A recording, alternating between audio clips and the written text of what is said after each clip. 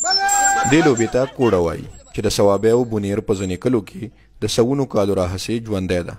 د کوډې لوبې یو لوبغاړی شیر افسر وایي چې د دې لوبې میدانونه حجرې دي. لکه څنګه چې پښتانه زاړه دي د زمانو را روان دي، نو دقسې چې کوم ده نو د پښتنو سره تړلې ثقافت کې حجره هم ده، او د حجرې سره په ثقافت کې تړلې چې کوم ده نو زمونږ یو څو لوبې دي، لکه فرض کا مخه شوه، کبډي شوه او کوډه شوه. د کوډې په هر ټیم یا لوبډله کې 3 کسان وي. د ملډکي د ویشتو یو ټک وي او 40 ټکونه پوره کوونکې لوبډله بریالی وي.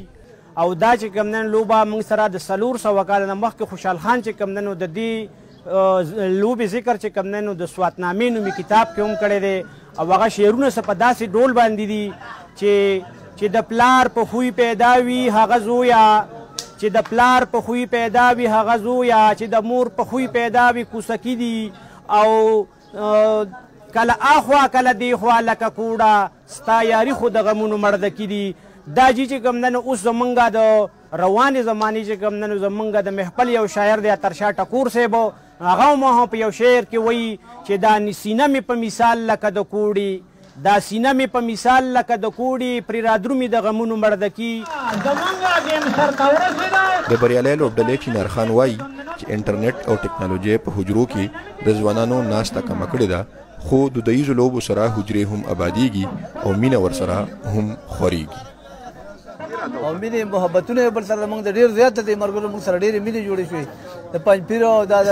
خالي کلي کې تیمان دي، ډاګای کې دي، او د قاسم خیلو کې دي، د جانت کې دي، د کس کې دي،